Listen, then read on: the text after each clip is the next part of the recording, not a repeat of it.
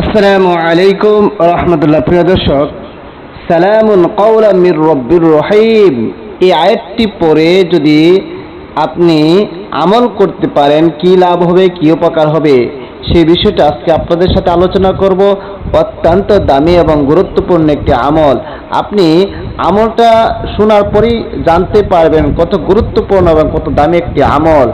আপনার যাকে ইচ্ছা তাকে আপনার বাধ্য করতে পারবেন, আপনার জন্য পাগল করতে পারবেন। হ্যাঁ প্রিয় দর্শক, কিভাবে করবেন, কাকে করবেন, সম্পূর্ণ আলোচনা আমি করব। তবে আলোচনাটা শুরু করার আগে আপনাদের কাছে একটা রিকোয়েস্ট, যারা আমার চ্যানেলের মধ্যে নতুন আছেন অবশ্যই চ্যানেলটি সাবস্ক্রাইব করে পাশে থেকে বেল আইকনটি বাজিয়ে দেবেন। প্রিয় দর্শক, পবিত্র কালামুল্লাহর একটি আয়াত হচ্ছে সালামুন কাওলাম মির রব্বির রহিম। এই আয়াতের আমলের কথা আজকে আপনাদের সাথে শেয়ার করব।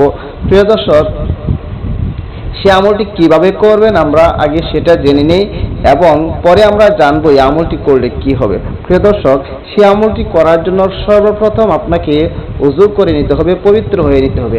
আর এই আমলটি কখন করবেন? সেই আমলটি করবেন আপনি রাত্রিবেলা ইশারের নামাজের পর। ইশারের নামাজের পর পবিত্র হয়ে ওযু করে এরপর আপনি আমলটি করবেন। যদি ইশারের নামাজের পরে যদি ওযু থাকে তাহলে তো আর ওযু করতে হবে না, আর যদি ওযু না থাকে তাহলে ওযু করে নেবেন, পবিত্র হয়ে নেবেন। কারণ আপনি অনেক একটি দামি, অনেক গুরুত্বপূর্ণ একটি আমল করতে যাচ্ছেন, এই জন্য পবিত্র হয়ে যদি কাজটি করেন সেই কাজের গুরুত্বটা মহান আল্লাহ পাক রব্বুল আলামিনের কাছে অনেক বেড়ে যায়, সেটার কার্যকারিতা অনেক বেড়ে যায়। এই জন্য বলে থাকি পবিত্র হয়ে উযু করে এরপরে আমলটি করার জন্য। প্রিয় দর্শক, মনে করে আপনি উযু করে নিলেন, পবিত্র হয়ে নিলেন, এরপরে আপনি আমলটি করতে বসলেন। কিভাবে করবেন? সর্বপ্রথম 11 বার দুরূদ শরীফ, সর্বপ্রথম 3 বার ইস্তিগফার পড়ে নেবেন। আস্তাগফিরুল্লাহ রাব্বি মিন কুল্লি যামবি ওয়া আতুবু ইলাইহি লা হাওলা ওয়ালা কুওয়াতা ইল্লা বিল্লাহি আলিয়্যিল আযীম। আস্তাগফিরুল্লাহ রাব্বি মিন কুল্লি যামবি ওয়া আতুবু ইলাইহি লা হাওলা ওয়ালা কুওয়াতা ইল্লা বিল্লাহি আলিয়্যিল আযীম। আস্তাগফিরুল্লাহ রাব্বি মিন কুল্লি যামবি ওয়া আতুবু ইলাইহি লা হাওলা ওয়ালা কুওয়াতা ইল্লা বিল্লাহি আলিয়্যিল আযীম। 3 বার ইস্তিগফার পড়ার পর এরপর 11 বার যে কোনো দরুদ শরীফ পারেন আপনারা পড়ে নেবেন। দরুদ ইব্রাহিম পারেন বা যে কোনো ছোট দরুদ শরীফ আপনারা পড়ে নেবেন। আমি ছোট দরুদ শরীফ শেষের দিকে পড়বো না, এখন বড় দরুদ শরীফ তথা দরুদ ইব্রাহিম পড়তেছি। আল্লাহুম্মা সাল্লি আলা মুহাম্মাদিন ওয়া আলা আলি মুহাম্মাদ কামা সাল্লাইতা আলা ইব্রাহিম ওয়া আলা আলি ইব্রাহিম ইন্নাকা হামিদুম মাজিদ। اللهم بارك على محمد وعلى آل محمد كما باركت على إبراهيم وعلى آل إبراهيم إنك حميد مجيد। এরকম ভাবে 3 বার ইস্তিগফার এবং 11 বার দুরূদ শরীফ পড়ার পর এরপরে আপনি পড়বেন সালামুন কাওলাম মির রব্বির রহিম। সালামুন কাওলাম মির রব্বির রহিম। সালামুন কাওলাম মির রব্বির রহিম। হাতে একটি তাসবিহ নিয়ে নেবেন যেন আপনার পড়ার ক্ষেত্রে যেন কোনো কম বেশি না হয়ে যায়, ভুল না হয়ে যায়। এই জন্য আপনি এই আমলটি শুরু করার আগে আপনার হাতে কি নেবেন? একটি তাসবিহ নিয়ে নেবেন। দানা তাসবিহ হোক বা ডিজিটাল তাসবিহ হোক, যে কোনো তাসবিহ আপনি একটা হাতে নিয়ে নেবেন।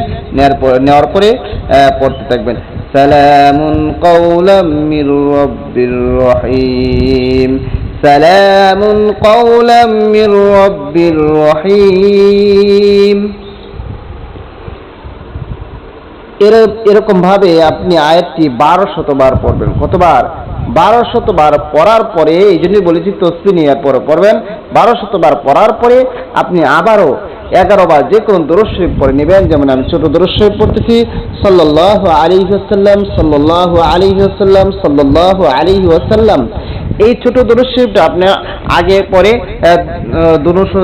যে দুই সময় পড়েছি এটাই পড়তে পারেন আপনারা যদি ইচ্ছা করেন। আমি বড় দরুদ শরীফ পড়েছি শুরুতে, সমস্যা নেই। আপনারা যদি মনে করেন যে ছোটটা পড়েন, যে কোনো দরুদ শরীফ হলেই হলো। প্রিয় দর্শক, আপনার আমল করা শেষ।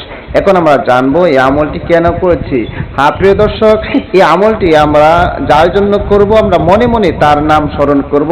অর্থাৎ এই আমলটি যার জন্য করবেন, ওই ব্যক্তি আপনার জন্য বাধ্য হয়ে যাবে, ওই ব্যক্তি আপনার জন্য পাগল পারা হয়ে যাবে, সে আপনার জন্য দিশেহারা হয়ে যাবে। হ্যাঁ প্রিয় দর্শক, স্বামী যদি স্ত্রীকে দেখতে না পারে, স্ত্রী যদি স্বামীকে দেখতে না পারে, পরকীয়া করার কারণে স্ত্রী স্বামীকে দেখতে পারে না, স্বামী স্ত্রীকে দেখতে পারে না, এমত অবস্থায় স্ত্রী যদি আমলটি করে, স্বামী তার জন্য পাগল পারা হয়ে যাবে। স্বামী যদি স্ত্রীর জন্য আমলটি করে, স্ত্রী তার জন্য পাগল পারা হয়ে যাবে। একজন আরেকজনকে ছাড়া কোনো কিছু দেখবে না, শুধু তার স্ত্রী আর তার স্বামী, এরকম একটি অবস্থা হয়ে যাবে। হ্যাঁ প্রিয় দর্শক, এবং যে কোনো কাউকে বাধ্য করার জন্য, কাছে পাওয়ার জন্য, হালাল পন্থায় কাছে পাওয়ার জন্য এই আমলটি করতে পারেন, সে আপনার বাধ্য হয়ে যাবে, আপনার আঙ্গুলের ইশারায় সে গড়তে থাকবে। হ্যাঁ প্রিয় দর্শক, আবারও বলতেছি, অবশ্যই বিষয়টি হালাল কাজের মধ্যে ব্যবহার করবেন, কোনো হারাম কাজের মধ্যে নয়। হারাম কাজের মধ্যে ব্যবহার করে অনর্থক পাপের বাগী হয়ে কোনো লাভ নেই। এই জন্য সাবধান, সবাই ভালো কাজের মধ্যে ব্যবহার করবেন। প্রিয় দর্শক, সবাইকে অসংখ্য ধন্যবাদ ভিডিওটি দেখার জন্য। আসসালামু আলাইকুম ওয়া রাহমাতুল্লাহ।